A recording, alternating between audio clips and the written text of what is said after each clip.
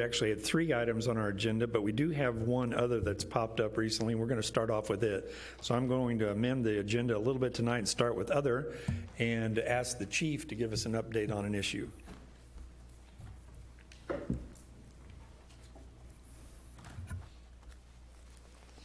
Thank you, Mr. Mayor. I just wanted to report something that just transpired right before your meeting started. Just a shout out to Moose and how he is already out there on the job. They stopped a car coming from a suspected chop shop on the east side of town. The individual had the wrong plates on the car, expired tags. Don't put expired tags if they're the wrong ones, just a clue. That individual was driving while suspended. Moose hit on the car and on the passenger side of the car, and we got marijuana, we got crushed pills, we got a grinder, and a loaded .38 out of the vehicle. So Moose is doing a good job. He's been deployed 7 times in the 3 days that he's been working, so we're really excited. He got, over the weekend, 2 hash pipes and about 4 grams of marijuana on Saturday as well. So we are really excited, and this individual, these will be felony charges on the individual from tonight, so good deal. Thank you. Thanks, Chief. That is great, yeah. We appreciate the job Moose is doing and his handler. So we'll go on and move to item A now, which is residential development, and I'll turn it over to Mr. Feuerborn. Thank you, Your Honor, and I will turn it immediately over to Mr. Carteret. Thank you, sir. Mr. Tapp and I wanted to talk a little bit to council this evening about residential development and specifically have a discussion with council on how the developer and builder interest in the city and developing residential has been shifting over the last several years. So we just want to run through a few slides that we have regarding some of the facts and information we have about the building activity that's been happening in the city. And then Mr. Tapp will get into a little bit more discussion on what we see in the future, because that's really what we're trying to do between Mr. Gress and Mr. Tapp and I is looking at the past trends. You know, we need to understand how we've gotten to where we are, but we need to really plan ahead for making sure that we have continued growth in Raymore. I think that's been pretty evident through a lot of discussions that we want to see Raymore continue to grow. And so we as we see these shifts in housing, we need to be thinking about how we can prepare for that to make sure we get the growth that we want as a community. One thing just to cover, a lot of our development, if you look over the past 20 years, most of our development has been the traditional detached single-family homes on quarter-acre lots. So most of the subdivisions that we're familiar with seeing in the city have been that style of development. And we've added, over the last 20 years, we've added 4,000 dwelling units in the city, which is pretty remarkable. It's almost half of our total number of dwelling units we've added in the last 20 years. So just going through quickly here, just a few items I want to touch on. Of course, we know, our population.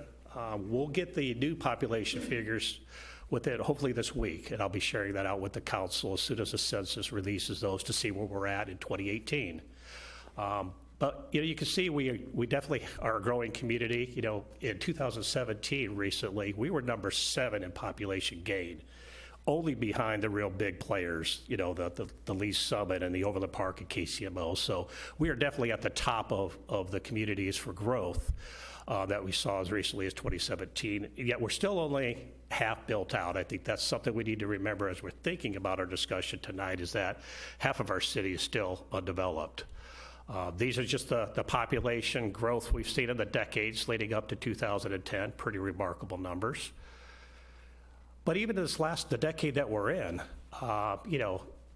staggering number is that for every 16.83 residents in the city of Raymore during that time period, 1 new home has been built. So we're still seeing strong growth even over these last eight years. And even most recently, we're number 2 in the metro region per capita in the issuance of permit activity, so still very strong. This is just reiterating those numbers. Again, the 72% during the 2010, but we're still 18% for these last 8 years. We've added almost 3,400 residents recently. What's driving the growth? Certainly, being the safe community that we are, the good schools, the sense of community that we have. But one of the factors that we want to talk about tonight is the available lots. And these lots have been available at a discount. So our growth through the last 10 plus years has been based on those available lots. When I talk about available lots, these are the lots that you could walk in today and secure a permit on. So they got all the utilities, they're ready for somebody to build a home on. So we'll see in 2006, right before the housing bubble burst, we had over 1,400 lots available. That's a high number. I mean, at that time, we had a glut of lots available. But steadily over the years, up until March of 19, that number has gone down every month, and here we are at 376 available lots today. And keep in mind that between 06 and 2019, we've added over 700 lots in Creekmore alone. So we're adding all those lots, yet this number keeps going down to the 376 we're at today. So that's a red flag in our mind when we only have 376 lots available. And those lots are broken down. These are our top subdivisions of where lots are available. Creekmore has half of those lots. But you'll see some of the other subdivisions we've had around for some time. Good Ranch is only on that list because they just opened up Meadowood and 28 lots at Meadowood. Otherwise, they wouldn't even be on this list for lots available. But you see some of those. Shadowwood's been around for a while. They're down to 11 lots. Pretty remarkable. But what's really remarkable are the subdivisions that weren't on those lists because they're built out or have one lot available. And this is what Raymore's growth was based upon. Some of these subdivisions you see here, Eagle Glen, remarkable that they're built out, Ward Park Place and others. We still have a little bit of growth going on with subdivisions. This is what we currently have under construction. So you see, of course, Creekmore continues to add a couple of phases each year. Everbrook, which is nice to see up there because they're going to be more entry-level lots in that neighborhood for homes. It's not open yet, but that's the project where we're extending Sunset Lane, so it'll be nice to have those lots. And of course, Heritage Hills, this development is the end of Pine Street, which used to be the tree farm area. So currently under development, but they're also adding lots. They can't build these duplex units fast enough. And I think Mr. Tapp will talk about that briefly. Why is this all important? When we look at the issuance of permits, it is a revenue for the city. And it's been a good revenue for the city in that with all the growth we've seen. This just shows the past 4 years, but what's happened over the past 15 years is that we have sat down as a staff, we've discussed what we think would be the number of permits we'll issue and placed it in the budget. We've been very conservative with those numbers over the years. You can see the past 4 years we've exceeded it for the past 15, but this is just a quick reference to show we've exceeded it by a lot over this growth.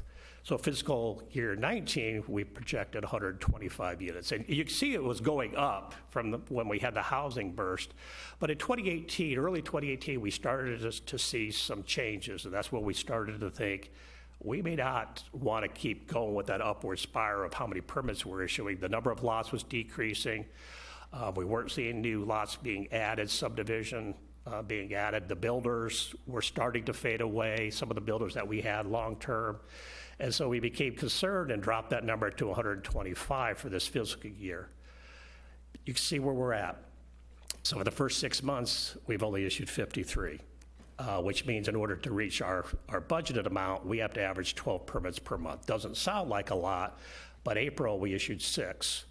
And that's another red flag is that a lot has to happen for us. It's possible, but for us to reach that 125, a lot has to happen these last 6 months. So becoming, again, a bigger issue for us, if we don't meet that budget amount, it creates obviously issues for the city.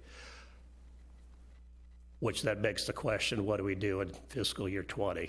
We've already started those discussions, and we start these discussions in January, and initially we were looking at, well, that number's probably got to be lowered again, 90 or 100, may have to be lower than that. Looking at what things are. The one thing to keep in mind here with these numbers, we've talked about the Lofts project, the 400 apartment units, obviously not included in these numbers. We don't budget for that because there's not a guarantee that that was going to happen. We want to make sure that what we budget, we meet. And so again, why is this all important? Again, because we need to be planning for residential development in our city. If we want to continue to have that growth, we need to be thinking about what the trends are, what housing types are in demand. A lot of discussions staff has with the builders, with the developers and landowners about what is happening, talking with other communities and what they're seeing and shifting changes. That's a little bit about what we want to talk to the council tonight about. We wanted to give a little history about where we are. It is our belief, and you can certainly correct us if this is wrong, but I think we want to stay a growing community. We want to keep having people wanting to move here and live here, and we need to think about, well, what housing are they wanting to see in order to move here? We'll still have, Creekmore is only half built out. We have a lot of availability still up in there, but we also have that other 50% of undeveloped land that has a lot of opportunities for us to try to match a lot of different price points for folks. So Mr. Tapp will talk about that a little bit, and then obviously we'll be available for questions. Thank you, Mr. Carteret. Mr. Carteret did a fantastic job covering the micro level or the more local level impacts or inputs affecting the housing market. But I wanted to cover also the macro level, the bigger picture of why are we beginning to see these changes happening. So I wanted to cover a few specific graphs. And if you know me, I like to show in graphical format here. So as most people realize and have read that we're going to be experiencing some tremendous demographic shifts in the coming 30 years. To the left, you see the previous 20 years, for the most part, to 2020, but looking out forward, 2020, 2050, the baby boomers just jumped tremendously in that 30 years. And that certainly plays a factor in the housing market. And not to forget to mention the millennials as well, but not nearly as much. This chart might be a little hard to see, but on the left-hand side, let's cover the younger potential home buyers or folks that are looking to go into the housing market with millennials, and they're surprisingly suburban. You read in a lot of articles and a lot of different sources that they're downtowners and they prefer a downtown type environment, and that's very true, but in Kansas City, even more so than other heartland or Midwest metro areas, and especially in top 50 metros when you bring in the larger cities, they're definitely much more interested in the suburban market. So on the right-hand side, this is where do all the households that are under the age of 35 live, basically millennials, and in Kansas City, that's 77% out in the suburbs. So why are all these apartments going up? Well, there's two big factors that we just covered from a demographic standpoint, but from a choice standpoint, the right-hand side of the chart illustrates the baby boomers, and the green reflects folks that have no interest in ever owning a home. Yellow reflects renting is a good choice now, and then red reflects I want to own. So for apartments, we're looking at the green and yellow areas. And the trends are not changing. You would think that with the millennials that the red would increase, but that's not true. So on the baby boomers, the percentage of never wanting to own a house is increasing dramatically from February 2017 to August of 2018. And then on the millennial side, on the yellow area where renting is a good choice now, that continues to increase, not decrease, as they age, get married, and eventually look to have children. So these are two huge critical factors in why you're seeing all these apartments going up, or at least multifamily. And I just recently grabbed an article, this is I think March 8th of 2019, and on the baby boomer side, that would be the red areas. So we have from 2007, the left-hand side, to projecting out to 2035, and you see the red areas growing tremendously in preferred renters in the baby boomer, for the most part, generation. And not to mention the yellow as well, which is millennials hitting the apartments as well. So these trends are not going anywhere, they're actually increasing. But what is interesting to me, anyway, and I should give credit to these charts, I borrowed them from Mid-America Regional Council and First Tier Suburbs Coalition meeting I went to. But what is interesting is when you look at the change in the share of renters by age group, the 65 and older is stagnant. It's not going up. So the folks that are interested in renting is increasing dramatically, but those who are actually renting is very stagnant, if not decreasing, across 2007 to 2012 to 2017. Well, why is that? The short answer is what we call the missing middle housing. There's a lot of case studies and a lot of studies out there, but the empty nesters, baby boomers, don't necessarily want to live in downtown Kansas City, but they also don't want to continue to live in a freestanding single-family house where you spend Saturdays and parts of Sundays maintaining bushes, trees, and the grass.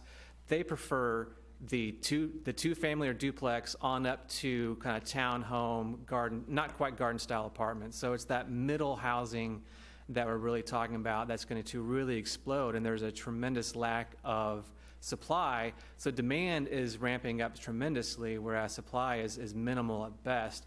So those communities that are embracing this, looking at this, identifying potential solutions will definitely win in attracting the empty nesters as well as the younger millennials and younger families looking for a community to call home. This is another good graphic of the missing middle. I borrowed this from, I believe, Toronto. So what is this middle housing definition? Well, simply stated, it's more of a house scale buildings with multiple units in a more walkable environment. So we're not talking about high-rise or even mid-rise large apartments. We're talking more of those mid-level, I would call it mid-rise type of townhomes, fourplexes, duplexes, threeplexes, where it's more at a house scale. When you're standing on the street level, it's not these massive, one light, two light type of buildings, but it's also not individual freestanding single-family subdivisions. Why is this all important? It's pretty fundamental, and I've definitely shared this with the city council, but retail follows rooftops and jobs, never the other way around. So if you are a community and you go stagnant and you decrease in residential rooftops, you are losing out. You will not attract the sit-down restaurants. You will not attract the shops, entertainment bars, and the other entertainment districts. That's why this is so incredibly important. So I want to share this information with you because it really truly is hard numbers, and would love, I'm sure Mr. Catter and myself would love to answer any questions you all might have. I did have one question on Jim on your presentation. When you were talking about the underdeveloped areas or undeveloped areas, when we talked about the developed areas, do you include those larger lots? Because we've had some development on 10-acre, 5-acre, 8-acre lots out there that have occurred. Those have become part of the undevelopable property that we have, correct? Yes, they have, because some of the larger acreage lots like that, I'm not talking the 5-acre lots, but you get to the 10, 20, 40-acre lots, they can be subdivided in the future. So we do consider that portion that could be subdivided off or sold off as undeveloped, because it has potential to be developed. But that wouldn't be... The one I was thinking of is that house, or those two homes that are just west of me that went in on about probably 40 to 60 acres of property. I don't believe any of that's going to be developed by anyone else, but that is a large tract of land that has now become developed, correct? You're right, it was 40 acres, two homes on the 40 I hit acres. the jackpot, cool. Oh, yeah, we would not have included that as part of our undeveloped land. Okay. But if it's truly, because really, wouldn't be a lot of potential to do more on that property today. Once those two homes were there, it kind of set that whole Right. 40 acres up as being developed. Okay. But generally, if there is acreage where we could split it in the future, we would have included that for development As developable, possibility. okay. All right, thank you. Mr. Ullman. Thank you, sir. I had a couple of questions. The charts map that you provided showed a breakdown, or at least as shown to us, showed breakdown strictly by age. One piece of information that I would want to make any decisions going forward on anything would be to cross-reference that same data with whether or not they have children, because that's a big factor in where people decide to live or move here. If it's, a traditional single or married couple without children, their choice of housing certainly is going to be different than I think in most categories than those with, especially young children that are going to move through the school system. I was also going to ask if what's our, we don't have a lot of apartments, but what's the occupancy rate of Eagle Glen right now? Are they full? Are they turning people away? Do we know Generally anything about 97, 98%. so pretty high. So we do show some data there that there certainly is a big factor there, drive demand for those apartments as well. I think one of the things that was not brought up in that, there may certainly be the demand as you spoke, as a lot of the data is showing, but one of the things that I hear is that I would term it the same thing, that middle housing crisis, but what I hear from people is the lack of homes in a certain price point available within Raymore. They still want the detached single-family home, but they can't, they're not quite the status where they can afford Creekmore, but they don't want a $150,000 starter home either, and that's where they claim we really don't have the availability that we did about 10 years ago or so. You could go to any one of about 7 or 8 subdivisions when I was on planning and zoning and find those houses, and now they've been gobbled up, and there have not been replacements. The builders have not come in and purchased new land for new subdivisions, and that's what a lot of people are looking for, that are looking to move into Raymore, but they're just not available at this time. And if I may, you're absolutely correct, and that's one of the red flags that we talk about, in that we look at the new construction that's happening in our subdivisions, and we have not been having discussions with developers that want to come in and add lots to the city. Creekmore is the exception with what they're doing up there. That's a concern for us because we are, the Eagle Glen, the Ward Park Places, the middle price point lots are gone. And we don't have anything to fill those areas in. And so that's where we're trying to, Mr. Tapp's out working, talking to developers. Only recently, I'd say within the last 3 months, have we had any interest in anybody coming in and looking at some of these unfinished subdivisions like a Madison Valley or a Knoll Creek, where there's undeveloped land. They did a phase. The plats have expired, but we have all that land sitting out there. Nobody has shown interest in that probably for the past 5 to 8 years until very recently. So that's a good sign, but until they actually come in and actually start a development, we don't have anybody right now wanting to come in and do that traditional style development. What we are hearing is developers coming in with a little bit, still doing detached single family, but maybe changing the lot size and looking for a different product on those lots, if you would, because that's what their buyers are telling them to do. We're still meeting some of the price points, but that's, I think, our issue is we're not meeting them all. And until we do, we're going to be missing out on future residents. So we're trying to plan for and think about how can we get those residents here, yet fit what we're looking for the city of Raymore. Mr. Barber. Thank you. A couple of questions. How long, obviously we're in this trend right now. What's the projection? How long do you see this? Obviously we have trends and it's changed to this. Is there any future crystal ball looking down the range that you see this changing?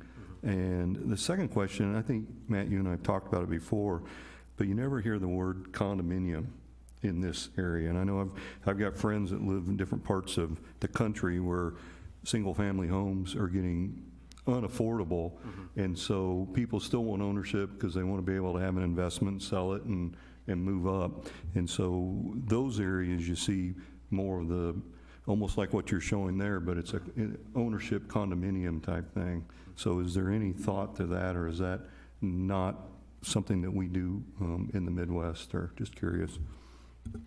No, thank you, Councilmember. We've had actually a few developers approach us talking about exploring renter versus owner occupied. Do we make them for sale? Do we not? And I know that the new duplexes, Oak Ridge Farm off of Pine Street has explored that. What tends to happen is you have to true up a market or showcase a market that can support 2 family to 6, 8-plex buildings. And then the next developer tends to come in and says, okay, now I want to plop down units for ownership versus rent. So it's usually rent first and then own second on development-wise, if that makes sense. But we have had a couple approach us. And then the trend, how long do you see this? I don't see it changing. I on this younger generation, I just do not see them. There might come a point in time when they have children that are a little bit older, and would look at the houses that are 375 to the 450 that we've come to experience here, but it's going to be a long time coming, if ever. And if I could jump in on that,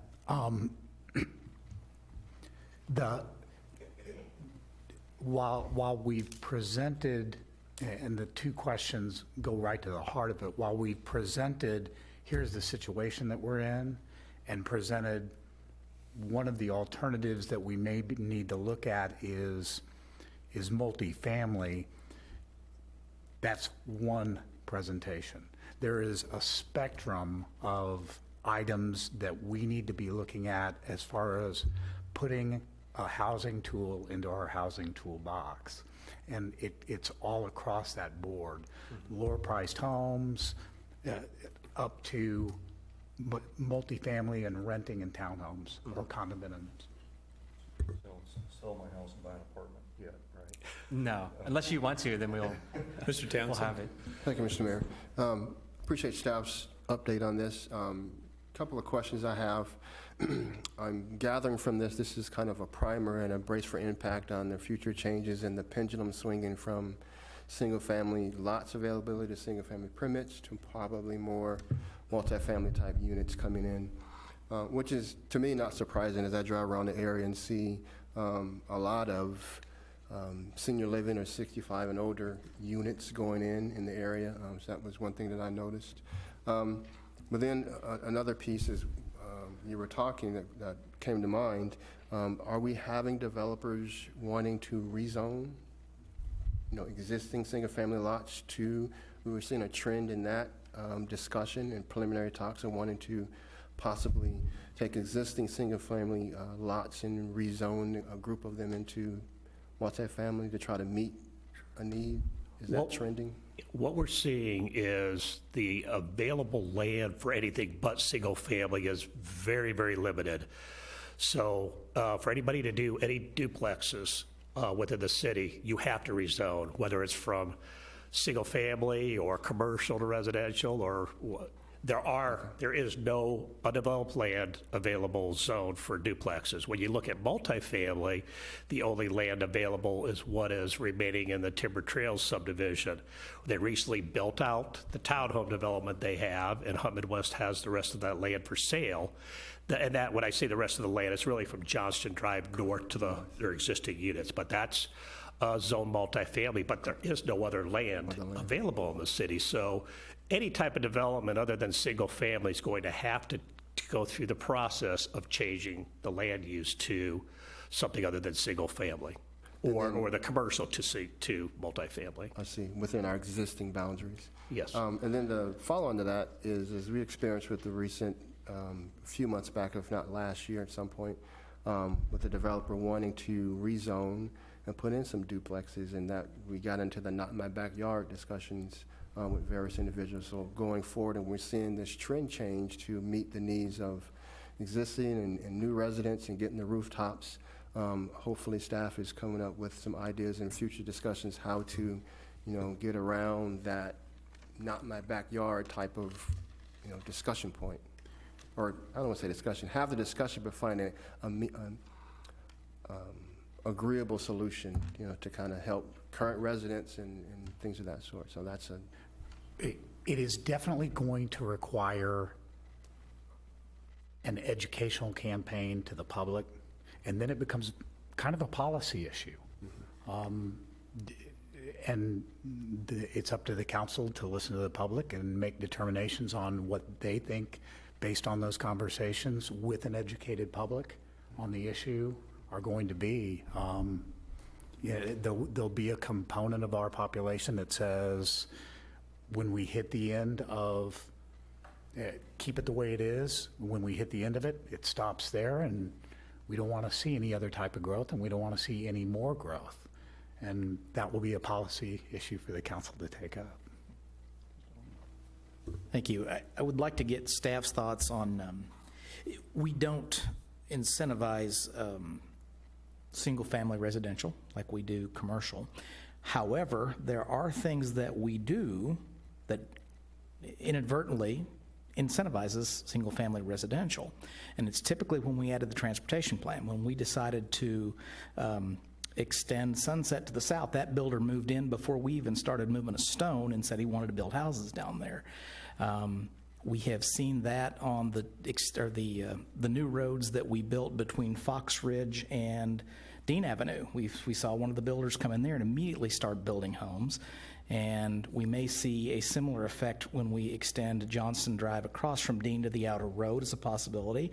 And should we extend Sunset to the north on the right side, I think both of you have told me that there would probably be strong interest in single-family residential on the east side of that road. So key pieces of adding roadway infrastructure have seemed to become kind of it's a secondary effect. It's not something we were necessarily after, but that, especially when they are in key locations, located near parks and things like that, is that something you think will be at least a small portion of this? Absolutely correct, and we've seen it with roadways, but it holds true with other utility extensions, water main and sewer main, critical components. Those are the three costs of developing lots. So any of those factors would be a plus for encouraging residential development. Thank you, Mr. Mayor. One of the things I'm wondering, because you guys know way more about this than we do, or I do, I should speak for myself. How does this information and additional information that you guys know affect our normal practice for the extensions on expirations on final plats, preliminary plats? Should we quit doing that so that our developers have to rethink what their original plan was? I don't think so. You know, most of our residential subdivisions, we've allowed we've wanted the preliminary plats to expire because they, the Knoll Creek, that was approved back in 2006.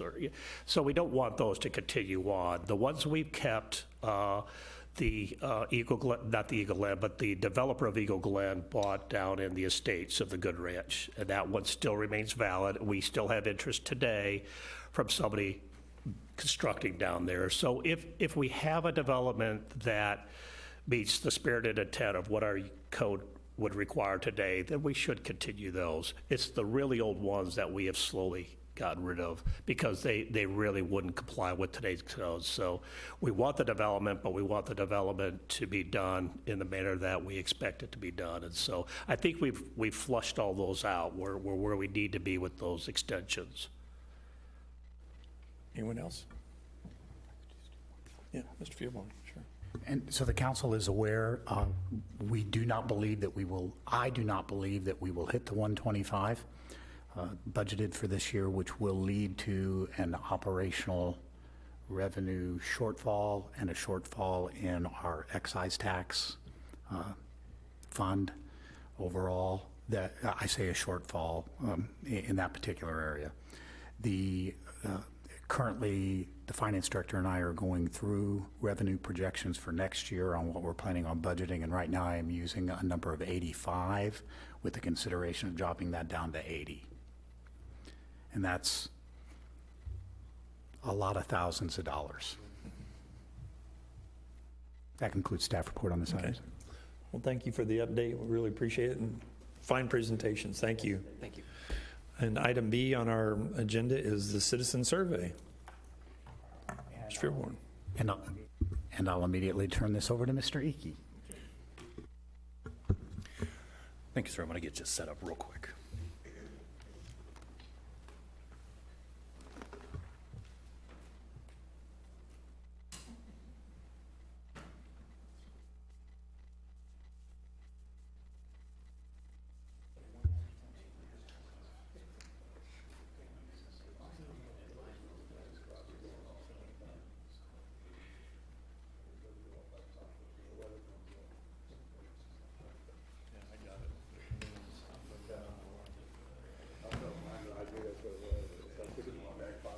All right, I promise I'll keep this to a brief 90-minute presentation.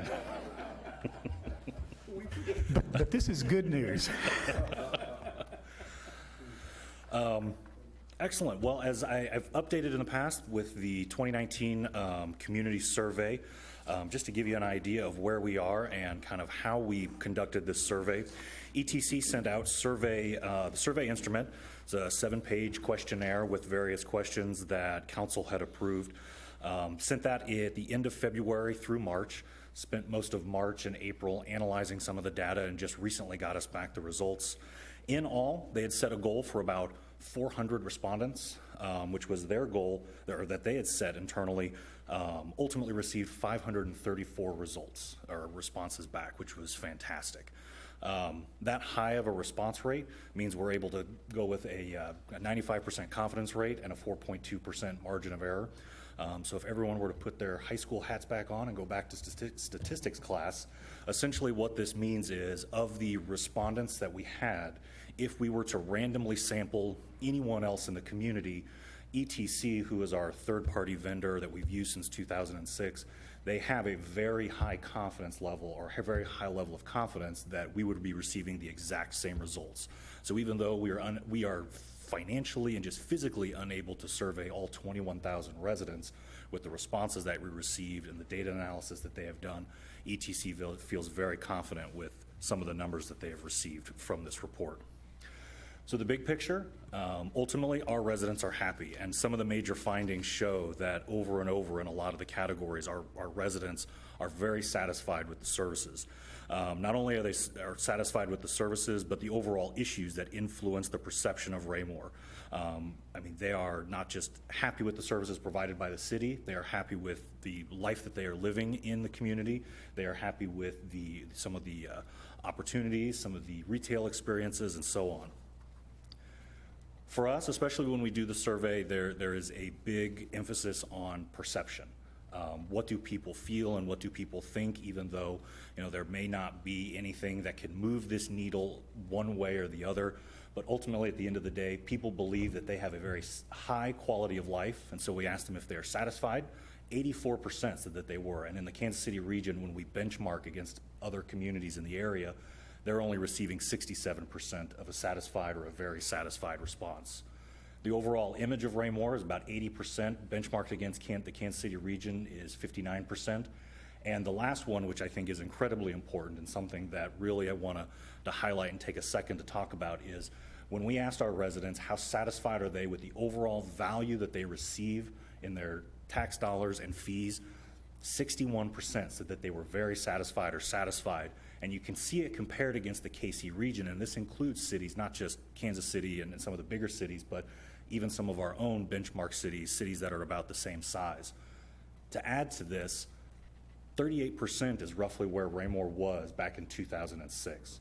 So even when we not only compare against other cities, but then we compare amongst ourselves over time, we have made tremendous strides in this area, and I think that's an incredible achievement. Overall, we also continue to set the standard, and you'll hear me use the benchmark phrase over and over as we compare ourselves to other cities, but we also have the ability to compare ourselves to other cities that ETC surveys nationally. And so in all of the 48 areas that we were assessed in regionally, we are above the mark in 42 of those areas. We either exceed or meet expectations. Nationally, when we look at other cities in the same areas, or 47 of the areas where we were assessed, we exceed expectations in 43 of those areas. And so once again, not only are our citizens happy, but we as a community continue to set the standard on a national stage. So let's take a look at some of the successes that we're able to talk about. Feeling of safety, and our police department once again set the bar high. We asked our residents kind of some very specific questions. How safe do you feel in your community or in your neighborhood during the day? So that little ray of sunshine there means we have 100% of the respondents said that they feel safe in the community during the day. When you compare that to the KC metro area of 94. We asked them, how safe do you feel in the community at night? 95% said that they felt safe. And then we asked, how safe do you feel on the trails and in the parks? 94% said that they felt safe, either very safe or were very satisfied with the service being provided. These are some incredible numbers, and I think this is a great achievement for the police department, especially as we've seen these numbers continue to rise over the years. And here's another great example, is the overall quality of local police protection, 90% here in 2019, and when we compare them again against our benchmark cities and the nation as a whole. This has been one that I know was top of mind with the winter that we had. When we asked residents about snow removal on major city streets, we saw this number increase 12% when we compare ourselves to 2006 to now. And again, we continue to outpace our sister cities and others in the nation. We also look at the neighborhood streets, very strong again. Public Works Department, I know, has done an incredible job with this work, especially with this winter. I think this one is a great one to highlight, and there's really, I think, two buildings that are top of mind when we talk about the increase in this numbers. We asked the question, how do you feel about the number of indoor event spaces and facilities in Parks and Recreation? And then we asked about the quality of those event spaces and facilities. And in just the 2 years, from 2017 to 2019, we saw this incredible double-digit increase, and that is directly related, I believe, to the opening of the RAC and as well as the Centerview event space. Just an incredible growth, not only in the 2 years, but also when you look back at 2006, the quality of those indoor facilities going from 31 to 52 is an incredible stride. Although this will be the only Parks and Rec specific slide when it comes to the successes, that doesn't mean that the Parks and Rec Department did not have a whole host of other successes. All but one category was above 60%, and they continued to maintain really a high standard of success and satisfaction across the board. And as you dive into the results when we hand out the full survey, you'll get to see kind of all those individual areas. But this was the one that had the largest growth that I wanted to highlight. This is another area that I think, sometimes when we think of customer service from a city or government, whether local government or a state government, there's always that perception that people who work for the government, well, they're just a bunch of lollygaggers. They're not actually doing anything when we call and try to fix a problem. Instead, when we asked residents what they felt about the level of customer service, especially the level of customer service we were providing here at City Hall, we saw a great increase just in the 2 years, from both the responsiveness of a question or a concern to how courteously you were treated, but also the technical competence and knowledge that someone who they spoke to on the phone had. All increases across the board, and I think are a true testament to not only the physical changes that we've made here at City Hall, as these surveys were out and the results were being collected as we had City Hall closed, or the front entrance closed, but also to some of the changes that we've made from a staffing perspective, from just changing the phone tree to make it a little bit easier to reach someone who can help pay a water bill or answer questions about trash. Overall, the quality of services provided by the city up 2%. The real important story here, as we look at the KC region and also across the United States, we continue to set the bar. Back in 2006, we were at about 66%. Again, always great to see that kind of growth over the years. Now, there are some areas that I believe that there are some opportunities, and have been able to speak with staff about some of these opportunities, and I don't want anyone to come away from this presentation thinking that, well, these are areas that are doing poorly or that need something fixed. What the data really shows us is that there are areas where maybe we need to dig in a little bit deeper as staff, find out if there's some underlying issue, or maybe there's an area where we just need to explore something a little bit better, where we're not doing a wholesale change, but there's just a small tweak or something we need to do differently from even a communications standpoint to help residents better understand what might be going on from the city side. So the first one we want to look at is the maintenance of city streets. I think this is an area that, coming out of the winter, we saw potholes were a major issue. Roads really took a beating this year, and so it was no surprise to see that some residents saw the maintenance of city streets as going down slightly.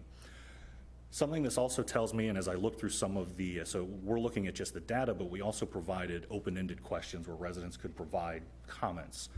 Something that really kind of, or one item that I took away looking at this was, we asked residents specifically, well, what roads or what areas do you see need maintenance?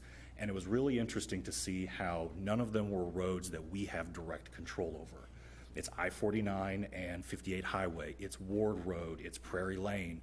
It's areas that, while we don't have control over them as a city, they are roads that our residents travel every day. And so while we ask them, how satisfied are you with the level of street maintenance? they may not have a complete understanding of where our boundaries really end. And we had one comment that even said that the road in front of the Burger King was terrible. And it took me a second to think, where is there a Burger King even? So, and while we may see a decrease here, again, what's really nice to be able to look back at, we still continue to beat the benchmarks against our other cities. Overall traffic flow, I know this is a major topic, and again, also related to roads. This is where I think you can see specifically every single area where we ask about traffic flow, from Lucy Webb to the S-curve, Fox Ridge on Sunset, even the traffic signal system itself, all of them rank well above 60% satisfaction. So our residents are satisfied with the traffic flow through the community. It's the one area, 58 and I-49, where we see dissatisfaction becomes even a majority. Otherwise, across the board, things are going very well in traffic flow. This is another area that I think we really can take a better look at in the future when we ask this question. Because as we look at the planning and managing of growth, the question is very simple. How satisfied are you with the way the city has planned for growth? How satisfied are you with the way that the city is managing growth? Unfortunately, what our residents are unable to see are the mini plans and forward-thinking programming that goes on behind the scenes that they may not see. Where from Community for All Ages to our solar community designation. I mean, there are many programs that we've taken on that really help with the planning and management of the growth. But what I think people see is dirt moving when they drive in and out of town. Where is development actually happening? And so this question, I think, suffers a little bit from, this really isn't about planning and managing of growth. This really is about economic development. What do people see building in their community? And it kind of reinforces that notion when we look back in 2017, where both of them spiked to 53% and 51% satisfaction. What were we doing in 2017? We were opening the Cadence development right at the corner of 58 and Dean. And so we had this great new development with new restaurants, new stores that our residents were able to kind of celebrate. And so we saw that spike. Now, while we have a lot of things in the works right now, there's not necessarily anything like a cadence that we can point to between 2017 and 2019. And so I think we saw more of a normalizing of that number. I think folks are satisfied, but it's kind of gone back to that 43% where it has been in some areas. This one is one that we're as staff, we're really going to want to dig into a little bit to try to understand where this number is coming from or what's influencing this number. Again, it's another number that I would say is normalizing. We saw a spike in 2017 of 51% satisfaction, and now has come back down to 43%. But we know that there is a program through the hoarding ordinance that the council had passed that addressed this issue. And so what we may need to do is just kind of dig in a little further about why was it? Did the snowstorm, where we had lots of limbs in yards and there are still maybe some limbs out in those yards, maybe that's influencing it. But it's an area where I think we can dig in a little bit deeper. And same with this one, when it's talking about enforcing codes designed to protect public safety. We saw a drop from 65 to 57. I think that's kind of in that same area. There's something there that I think we can dig in a little deeper and maybe learn something ourselves. The drainage of rainwater, while these weren't huge dips, down 6%, we saw an unprecedented amount of rain this past year. I mean, there was a lot of some issues with the amount of rain. I think we handled those very well, but again, I think folks just aren't used to those type of rain events. And so I think this is an area where we can do a little more communicating, do a little more information for our residents. So one of the big questions we ask at the very end, and it is a nice segue from Mr. Cataret's presentation about why do people move here, but we ask residents, are we meeting their needs in these specific areas? And it used to be, this was kind of a split chart. We asked, are we meeting their needs for sense of safety, sense of community, because they are able to live near friends and family, types of housing, quality of public schools. Every single one of these areas that we asked our residents about marked at 60% or above, which is fantastic. And then, of course, we asked them, where are we not meeting their needs? not a single category that we asked about fell below that 60% mark. And so we are meeting their needs in just about all of those areas where we have been at least surveying them and asking them. So some long-term trends, always good to look all the way back to 2006 and see some of the areas where we have continued to do really well. We're seeing not only double-digit increases, but we're seeing things of 25% and, or I'm sorry, from 15% and above successes, from snow removal, number of walking and biking trails, charges for waters and sewer utilities. Again, that value of city fees and tax dollars continues to remain very high. Content design of the review, openness to city public input and involvement, all continue to be, to gauge very highly, and our residents have a very high level of satisfaction with those areas. So as you read through the report, one of the things you'll notice is they break the report up into a couple different sections. There's the executive summary at the very beginning. We'll give you just a quick digest. There's going to be the tabular data, so it's going to be all of the charts, the graphs, and comparables that we've been talking about here. And then we're going to get into a section talking about priorities. And they create this priority matrix where they look at not only how satisfied residents are with the services and areas that we have designated, but we also ask our residents after each question, which of these areas should receive top priority in the next 2 years. And so they're able to, or ETC is able to go in and compare those two data sets. They look at how satisfied our residents are with a certain area and how high of a ranking and a priority those areas are in the data. And so they're able to create a chart like this, where we can look at, and this is one that you'll see in the report, and they break it out into the different service areas. So this one is the overall city services. There's one specific for public safety, one specific for public works and parks, and so on. But in this area, for overall city services, they kind of designate these into very high priority, and medium priority. And essentially, these are areas where very high priority means satisfaction level may not be as high as it could be, but our residents have indicated that this is a #1 priority or a #2 priority in the next 2 years. High priority are areas where they are very satisfied, but they want to see us continue to put some sort of emphasis or some sort of a priority and push those programs a little bit further. And then a medium priority, these are areas where it's kind of a blend of the two, where maybe they're not quite as satisfied, but maybe it's not as much of a priority as some of the other areas should be.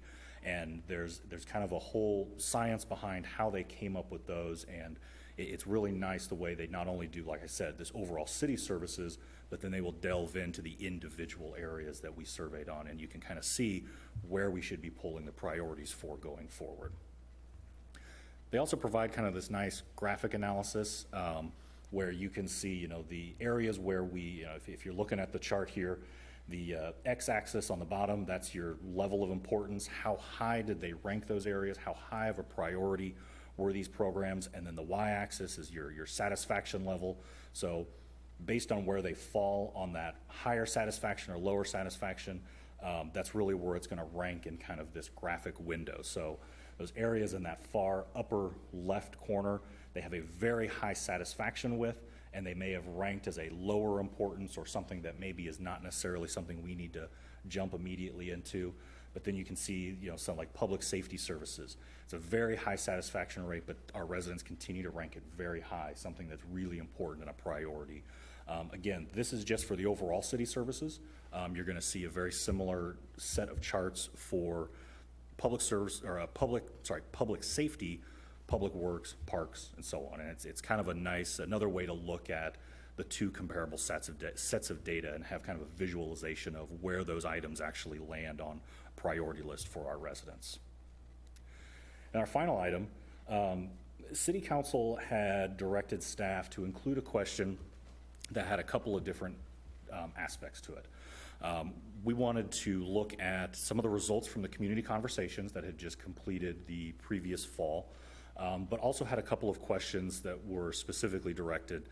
And these were all of the questions in here that ended up landing on this area. So we're looking at additional community events focusing on developing intergenerational relationships and experiences, additional retail, infrastructure improvements, expanded police involvement in community, including active neighborhood involvement, citywide beautification, economic development focused on job development, expanded opportunities for residents to interact with city council members and staff, exploring amending the city code to allow backyard chickens, fostering additional opportunities for diversity and inclusion, and then pursuing options for annexation to bring more of 58 Highway and the middle school into the city limits. And I just wanted to review those just as a reminder of these were the areas, and it's a pretty broad list.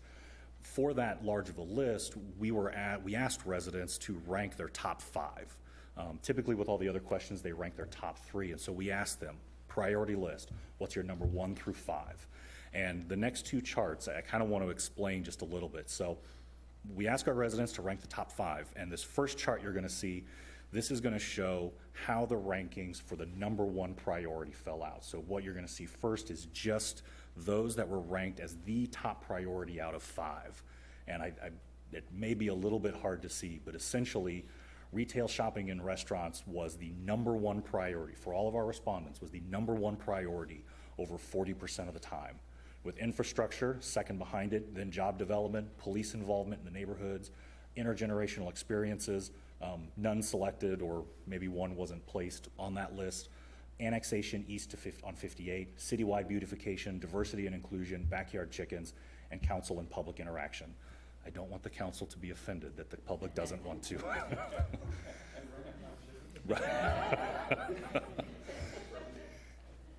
So in totality, I mean, we see this as this is the number 1 priority that residents responded to. In totality, the chart doesn't change much, which is kind of surprising, where when we look at how many times did any of these land on 1 through 5. So this is the total number of times retail, shopping, and restaurants landed on someone's top 5 at least 76, 77% of the time. And so I think as we ask the question, what is the priority for the city of Raymore in the next 2 years, or for the city council, we get a very clear picture of what those priorities should be. So I want to conclude, I know I'm going a little short, but want to conclude on what I think really is the most important takeaway as we look at our survey here.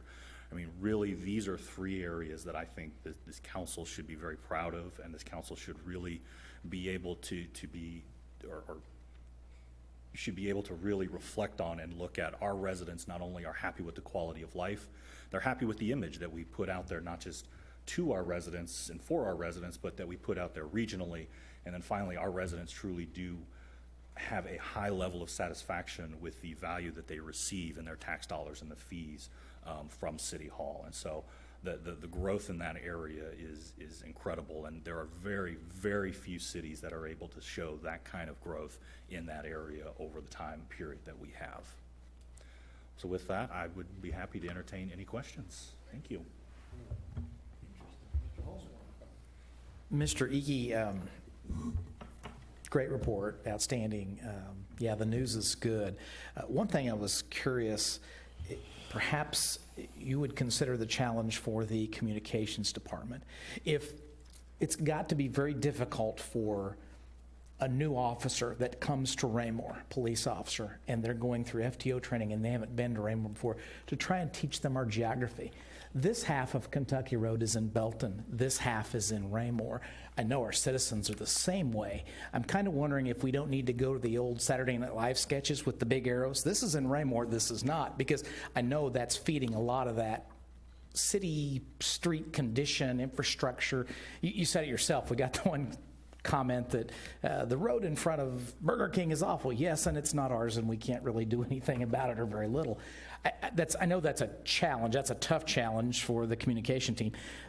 But that group has hit so many home runs. I'm curious to see if maybe you can't come up with something to kind of erase some of that lack of education on the part of people. I mean, even my own sons don't know that the road in front of Walmart is half ours and half Belton's, but maintained by another entity. There is communication work to be, first of all, great report, you earned yourself a lunch. The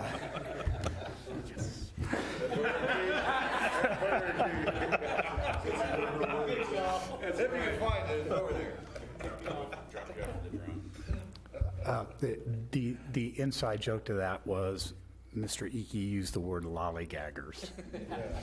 And he had a challenge of that. There is work to be done.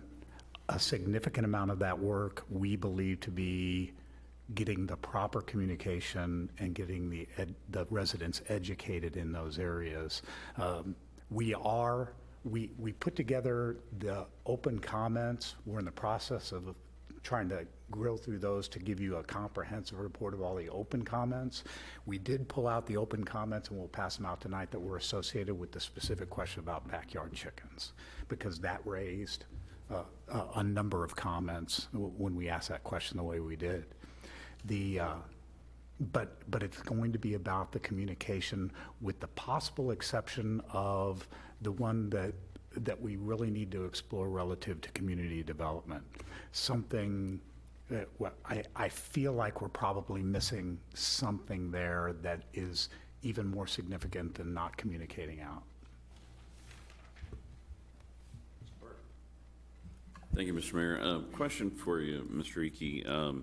There was a question on there that talked about how satisfied are you with the rainwater drainage from your neighbor's yard? And I thought, well, I'm not real satisfied with the river that ran through my yard and through my garden, and I had to go out and do stuff to block these new rivers that didn't used to be there for the last 14 years. But what does the city have anything to do with that, and what could they possibly, I mean, I don't know how we could be involved with the fact that my yard was just the shape that the ground is when it's been there for 50 years. I don't know what we would do anything about it. I mean, it's eventually getting into the sewer, it's eventually getting into the waterway, but it doesn't have anything to do with us. It's gravity and precipitation. We get a lot of calls about that. We'll get a whole lot by the end of this week again, I am sure. The staff sees as part of its role, and we have the luxury of having a stormwater specialist on board in Ms. Crandall. We see a lot of that to be communication and education for the neighbors as well. A lot of times we'll see a neighbor has put in a new fence and they've dropped that fence all the way down, and it's actually creating a dam. So there's water diversion. So we go out and we advise not necessarily just the complainant, but also go over to the neighbors. Can you be a good neighbor? Could you not do this? Would you consider doing that? And that goes on weekly. If I could respond to that, I think that's good. We can certainly do things to try to change some of the contours of our own property. But in my case, these properties have been there, you know, the trees were planted in front of the homes and they're 50 years old. And so it's obviously nothing that the city did one way or the other. It's just topography. So, but we can certainly do things to mitigate, but that's kind of between each homeowner and the homeowner next door, in my opinion. Mr. Barber. Thank you, Mr. Mayor. Excellent report. I mean, I like seeing it. You simplified it very much for us, and I can understand it, so I assume everybody else could too. So thank you for doing that. I really didn't see any surprises. Just a couple of things to kind of jump on what Mr. Holman said. You know, not to put any more work on you, but you know, you did in the past, did like a podcast type of thing where you did the video. I think a more visual, actually getting out and driving and saying, this is Raymore, this is not, is elementary as that sounds. Sometimes people have a hard time just looking at a map and figuring out where a map is. When they see things, they say, oh, well, that's, I know where that's at, I recognize that. I didn't know that was not in our town. But something to think about too, I think all of us need to think about, is the people that had the complaints, and I have them too, of the things that we can't control.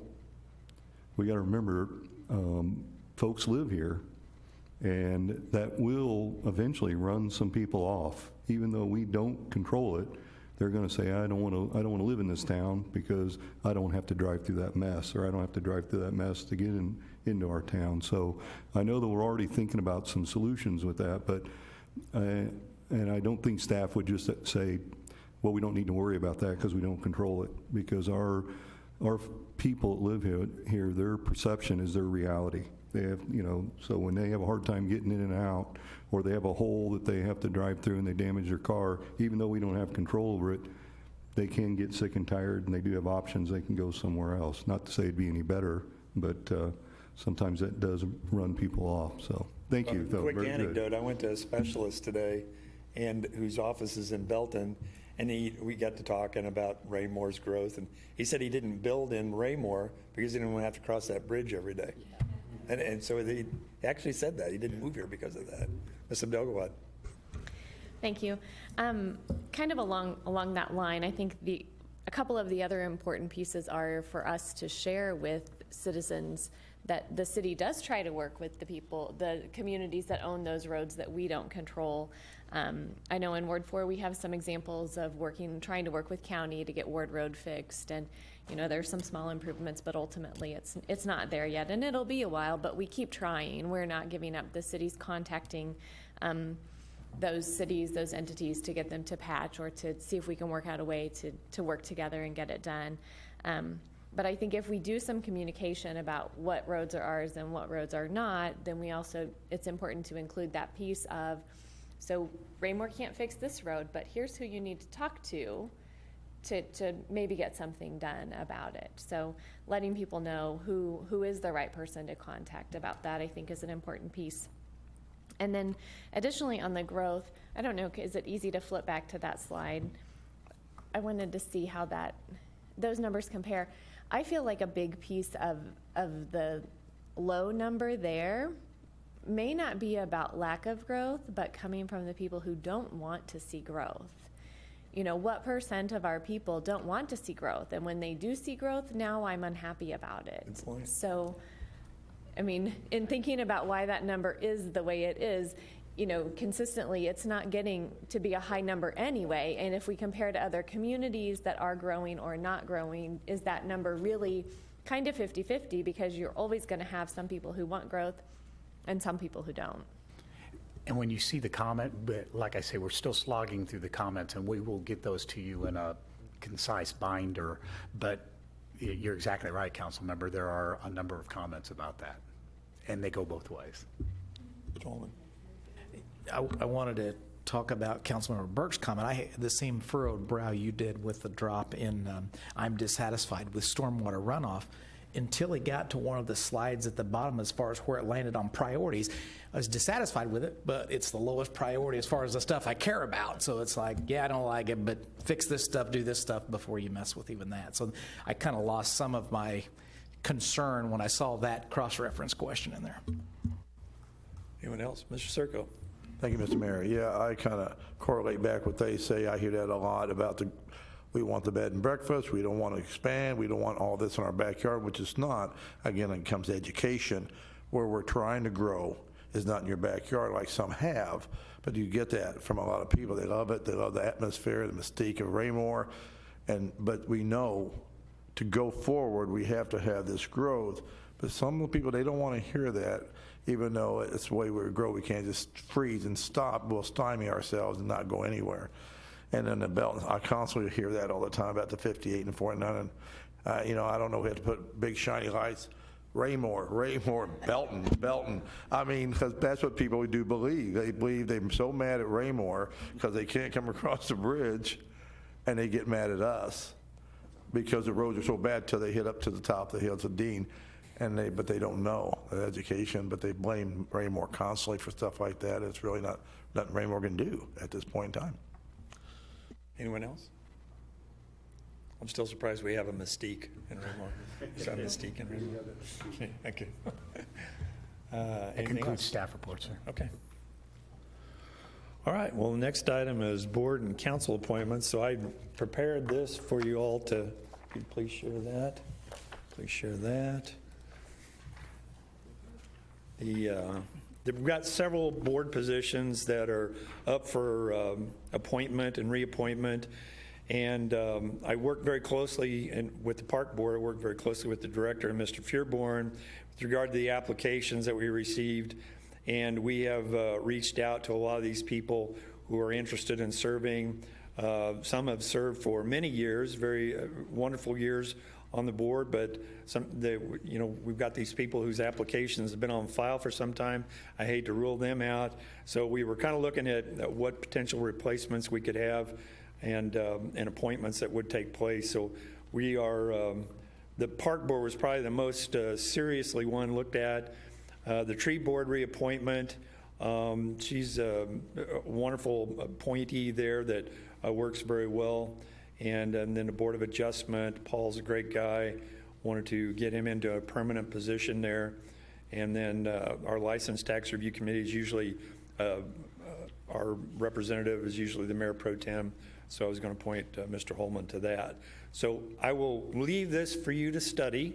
It will be presented on a council session. First meeting of June, thank you. Yeah.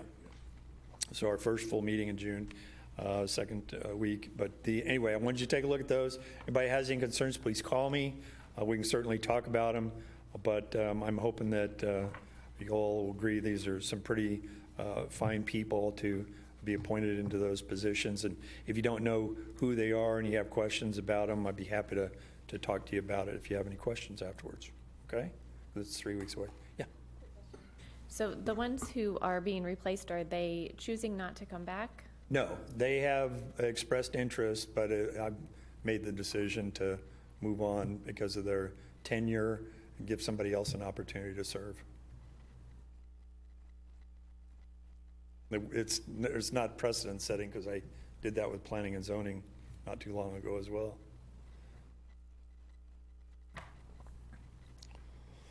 Okay. Anybody have any direct questions right now? If not, I think we've got reason to move into executive session. I would entertain a motion. Mr. Mayor? Yes. I move that we move into executive session to discuss litigation and contract matters in accordance with the revised statute, State of Missouri 610.021, subsection 1 and subsection 12. Thank you. Is there a second? I will second. Motion been made and seconded to move into executive session. Could I have a roll call? Sorry. Councilman Holman? Yes. Councilman Barber? Yes. Councilwoman Abdelgawad? Yes. Councilman Berenson? Yes. Councilman Burke? Yes. Councilman Serko? Yes. Councilman Jacobson? Yes. Councilman Townsend? Yes. Very good. Thank you. We will now move into executive session. When we're adjourned from that, we're adjourned. Thank you. Well, we could. Just got to ask two people to leave. Okay. Yeah, there you go.